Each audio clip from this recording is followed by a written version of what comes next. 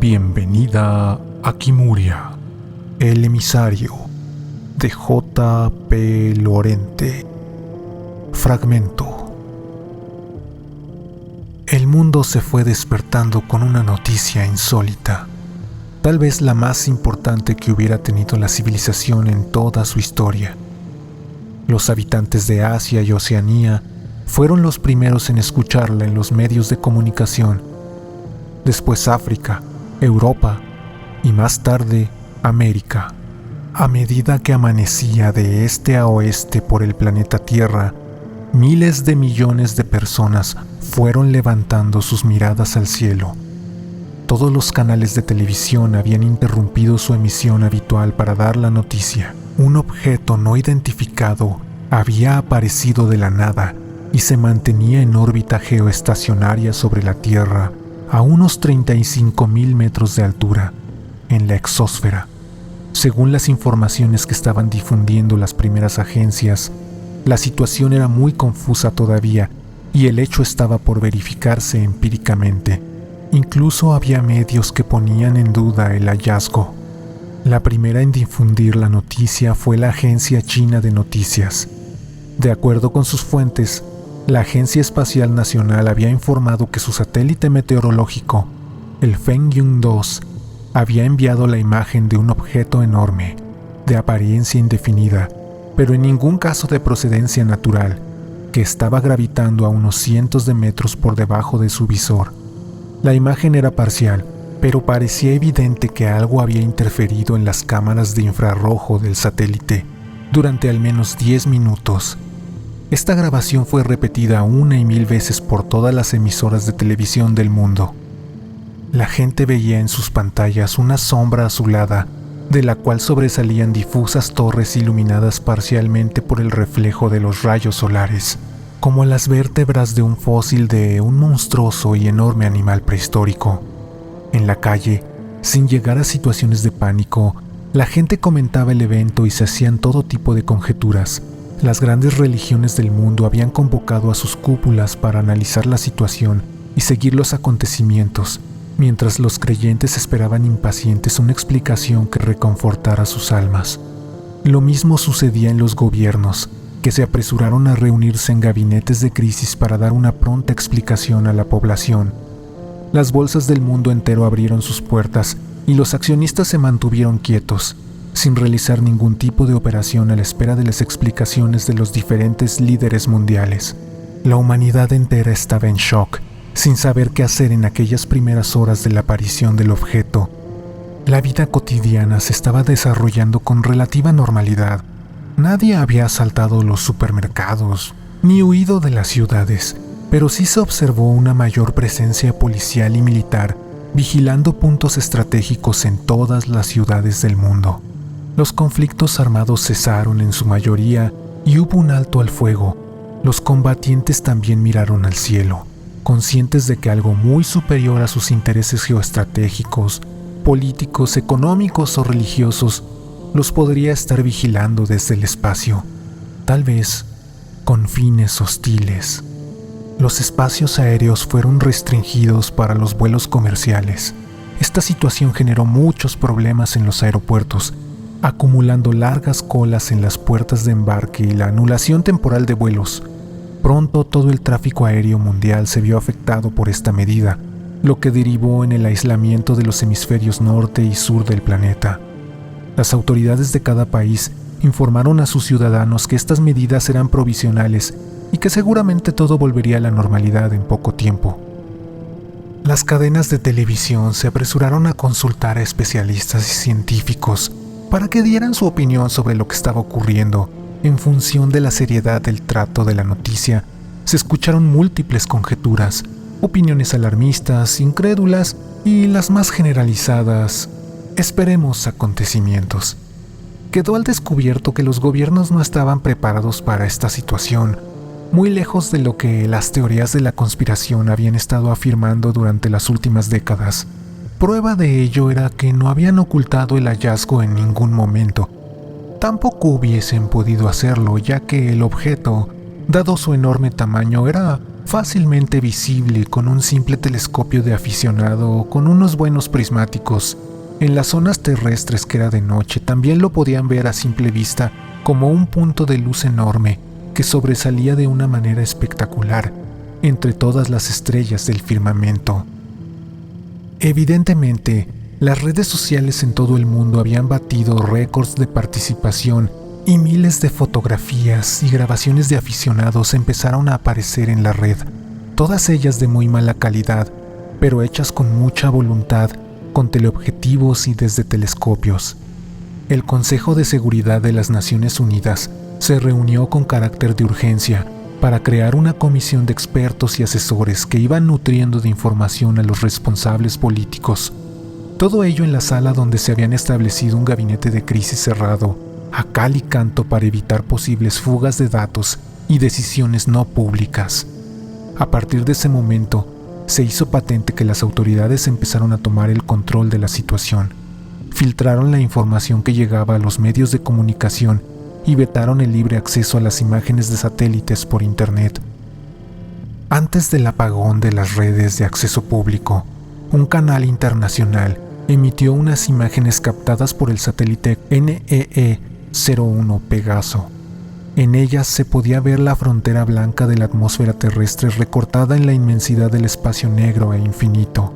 El recorrido lento de la cámara de izquierda a derecha reveló de repente la proa de lo que era sin duda una nave suspendida sobre el azul globo terráqueo. Millones de personas se quedaron sin respiración ante la visión de aquella mole inmensa, negra, inerte en el silencioso espacio, como una ciudad compuesta de cientos de castillos, pletórica de desafiantes torreones, más altos en apariencia que cualquier rascacielos que existiera en la Tierra. A su alrededor se podían ver pantallas enormes, similares a las velas de un barco, pero tan grandes como un campo de fútbol. Había cientos, si no miles, en todo el contorno del objeto, también de un color negro rocoso como el carbón de una mina, pero con el pulido de un espejo. No se observaba ninguna luz, actividad o movimiento en el artefacto. Parecía abandonado y desierto, a la deriva, arrastrado por la fuerza gravitatoria como un satélite fuera de uso. El presentador de las noticias dio paso a un responsable de comunicación de la NASA por videoconferencia, el cual parecía tranquilo y colaborador. Buenos días y gracias por atendernos. Señor Lodge, disculpe por entretenerlo en estos momentos. Seguramente se encontrará muy ocupado, pero permítame formularle la pregunta directamente. ¿Qué estamos viendo? El entrevistado se acomodó detrás del escritorio de su despacho, entrelazando las manos y avanzando su cuerpo hacia la cámara para dar más profundidad a su mensaje. Verán, se trata de un objeto de unas 5 millas de longitud realmente grande. Estamos intentando averiguar su composición y procedencia.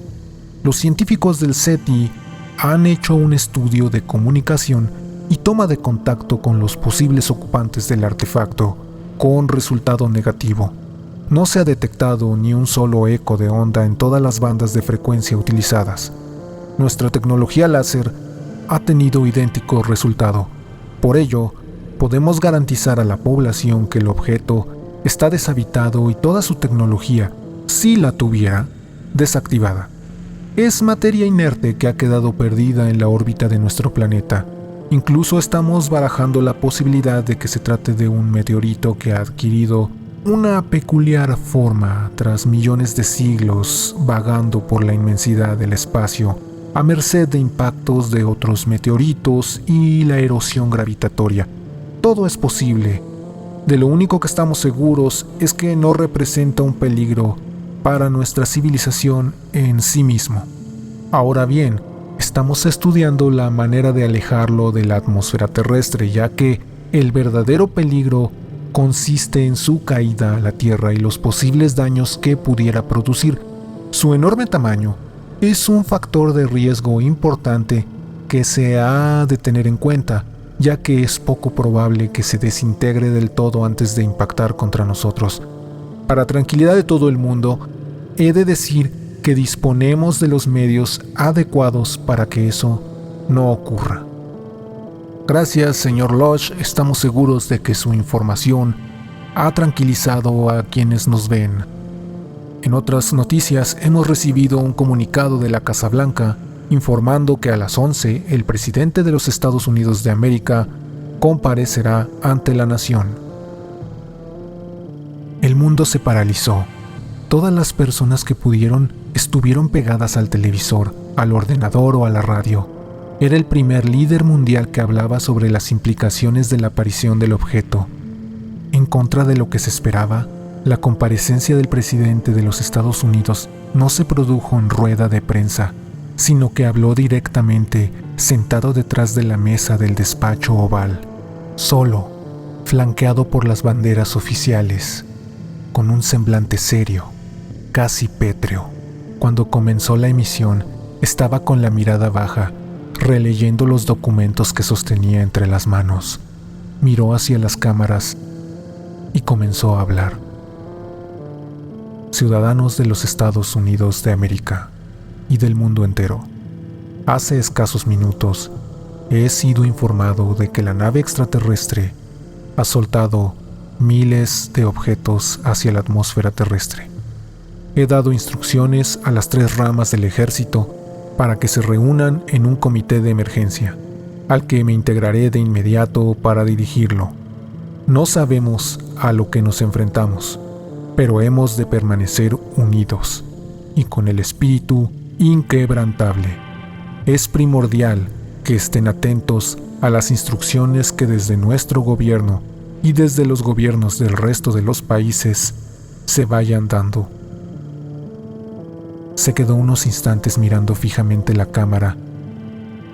Dios bendiga a los Estados Unidos de América. La emisión se interrumpió. Los programas de noticias de las televisiones de todo el mundo entraron en una vorágine de información después del anuncio del presidente de los Estados Unidos. Los objetivos de las cámaras se alzaron hacia el cielo.